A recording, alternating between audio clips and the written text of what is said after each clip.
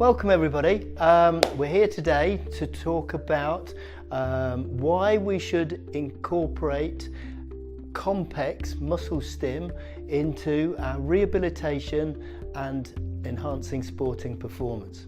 My name's Cliff Eaton. I'm a chartered physiotherapist. I work for DJO Global as a clinical support specialist. I've been using Muscle Stim for 15 years. I was introduced to it as a skeptic many years ago, being a typical physio. Is there any evidence to support this? Looked into it and found there was over 3,000 pieces of clinical data at the time supporting the effective use of Muscle Stim. I felt a bit sheepish about not using it, especially as I was working with professional elite athletes. I started to incorporate it into my management as an adjunct, and that's the point I'll go to labour through this talk. And I've never looked back, and I want to share my experiences with you. So what is Muscle Stim? Quite simply, guys, it's an artificial way of reproducing an action potential. In order to do that, we need an impulse.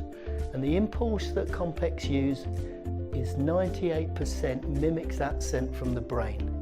In fact, your muscle doesn't know or indeed care whether the impulse is coming from the brain or machine, it's just going to react to it. And by changing the frequency, changing the number of impulses per second we put into the tissue, we can have different physiological effects. I'm sure most of the therapists amongst you there have known or have used TENS, transcutaneous electro-neuromuscular stimulation. It is a form of muscle stim, and you will find it on your Compex units. And it's a way to influence pain perception. And we can look at other ways that we can influence pain perception as well.